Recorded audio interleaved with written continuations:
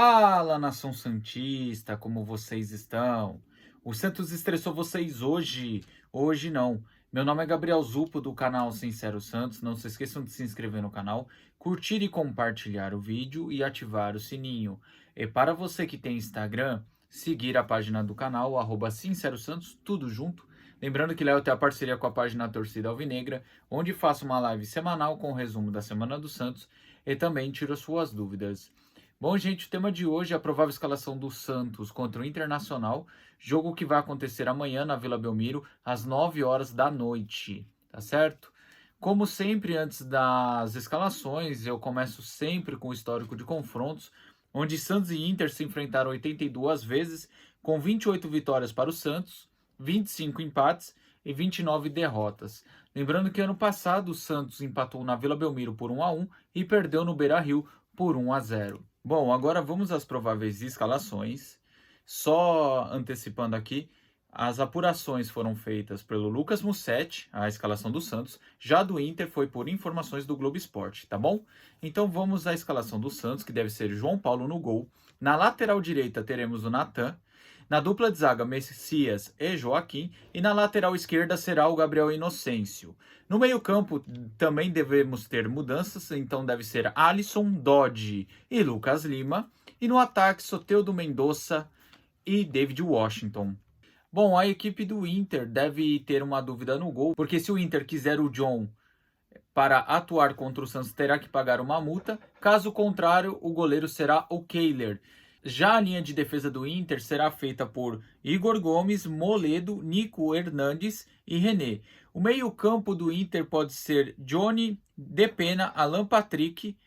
E no ataque, Wanderson, Pedro Henrique, que é dúvida se o Pedro Henrique não jogar, deve ser o Jean Dias. E o centroavante deve ser o Luiz Adriano ou o Alemão. Agora eu vou para os pontos fortes e fracos do Internacional e eu vou começar pelos fortes. A primeira coisa que eu quero falar da questão do Inter de ponto forte é o Alan Patrick. Ele é a cabeça pensante do jogo, tem uma boa bola parada, também é um jogador que chuta muito bem de longe. Então o Santos não pode dar espaço para o Alan Patrick, tá certo? Qualquer vacilo, qualquer espaço, ele consegue encontrar passes que quebram as linhas e, como falei, tem uma boa finalização. Outra coisa que o Inter faz de muito bom é a questão da inversão de jogadas. O Inter, assim como o Bahia e Bragantino, que são os adversários que eu trouxe aqui semana passada, é um time que trabalha muito a inversão de jogadas, procurando principalmente o Wanderson e o Pedro Henrique. Por quê? Porque são jogadores que têm o 1 contra 1 muito forte. São jogadores habilidosos, são jogadores diferentes do Internacional. Outra coisa muito perigosa do Internacional é a questão da marcação-pressão. Junto com essa marcação-pressão, o Inter tem uma boa transição defensiva para o ataque.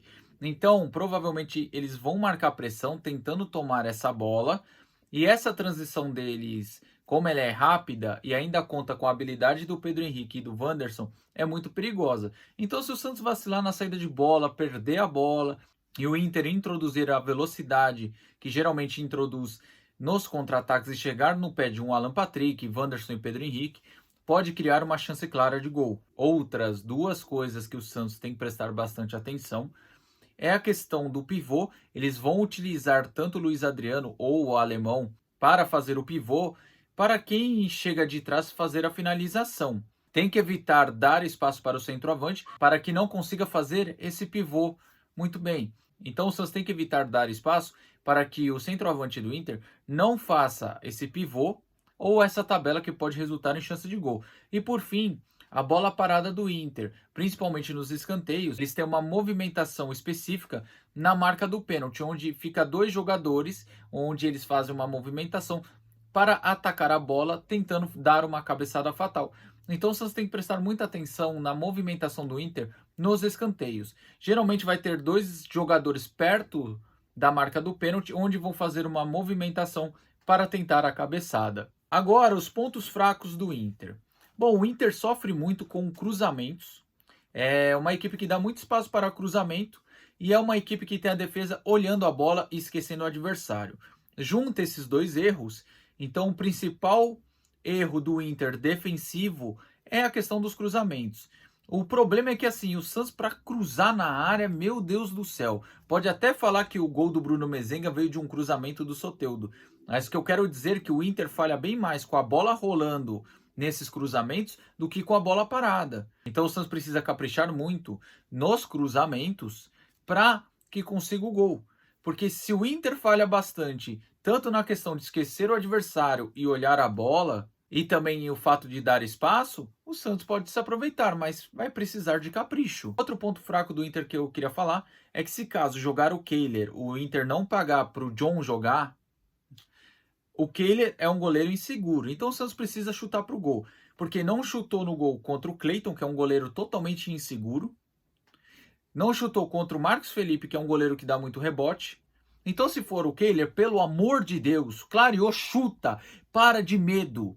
O medo tira a vontade de vencer, cara. Então, clareou, arrisca o chute. Pelo amor de Deus, arrisca. O Kehler é um goleiro inseguro. Por isso que o John tomou a titularidade. Agora, se for o John o goleiro titular, a gente sabe que ele falha bastante em bola cruzada na área também. Bom, gente, dado aqui histórico de confrontos, escalações, pontos fortes e fracos, como sempre eu quero começar falando o que eu acho do jogo pela escalação. Tava na hora do Odair fazer algumas mexidas, colocar alguns jogadores no banco para ver que não tem cadeira cativa. Então eu acho que a questão do Fernandes ter saído e colocado o Alisson de titular é uma delas, porque o Fernandes cometeu um erro totalmente displicente. Sou fã do jogador? Sim, mas ele cometeu um erro que me deixou extremamente chateado, extremamente decepcionado com o próprio jogador, que sempre demonstrou vontade.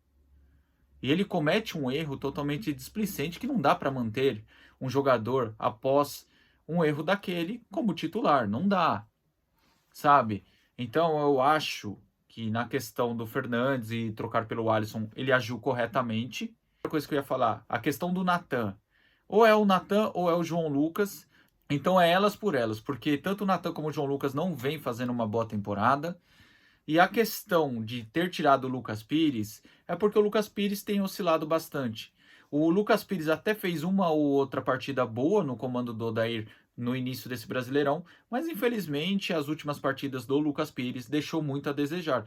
E eu acho que ele faz certo em tirar o Lucas Pires nesse momento do time titular. Então vamos ver se essas mexidas faz com que o time ande dentro de campo e consiga um resultado positivo. E por fim, na questão do jogo, gente, de verdade, o Brasileirão foi o que restou para o Santos. Sul-Americana, acho praticamente impossível que o Santos classifique. O Santos já construiu histórias magníficas, histórias de viradas sensacionais, mas hoje não dá para confiar nesses jogadores, cara, para que isso aconteça na Sul-Americana. Então, o que eu tenho para dizer é o seguinte: o mínimo que eles têm que fazer é correr e conseguir os 3 pontos. Esse é o mínimo. Se vai ganhar de 0,5 a 0, 3 a 0, não sei, cara. Mas é obrigado a ganhar, é obrigado a dar um ano, pelo menos para a torcida, sem medo de ser rebaixado.